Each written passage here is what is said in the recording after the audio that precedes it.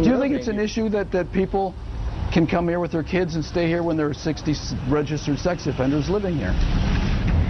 An alert tonight about a Grand Rapids motel that bills itself as kid-friendly, but living within yards of those young children, sex offenders out on parole. Tonight, our Target 8 investigators confront the owners and look to the state for answers because it's all being paid for with your tax dollars. Here's 24-hour News 8's Ken Kolker.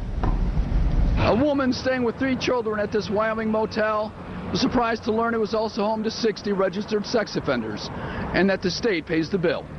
I'm working on a story about the fact that there are that 60 sex offenders here, and not 60. 60 living in this hotel. Yeah, motel. right. The Grand Rapids Inn on 28th Street along US 131.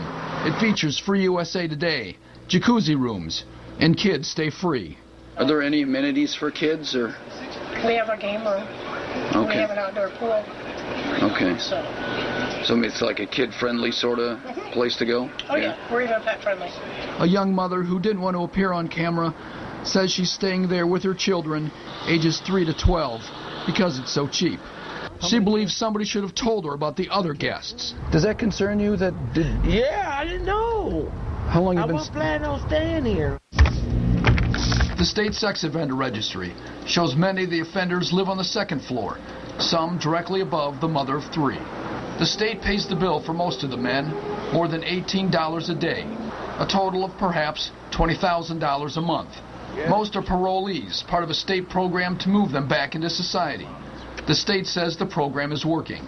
About half of all parolees, not just sex offenders, go through the Michigan Prisoner Reentry Program after leaving prison. Since it started in 2005, 16,000 parolees, not just sex offenders, have gone through the program. State officials say it has cut the number who commit another crime.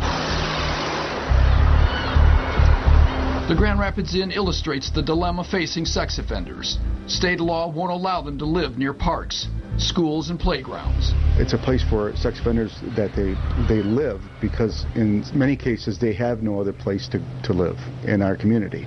The Grand Rapids Inn is in a commercial area surrounded by restaurants, banks, and gas stations. I'm helping the state to house them transition until they get integrated back to their homes where they came from.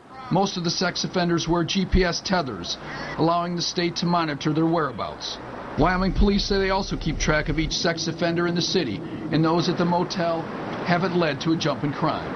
The motel manager says he also keeps track. They are under control. They cannot visit anybody. They are not allowed to visit anyone or stay in the hallway. Today, as our cameras rolled, several men who lived in rooms listed as the homes of registered offenders were seen milling about on the balcony. The manager says only a few families stay there. He says children are safe.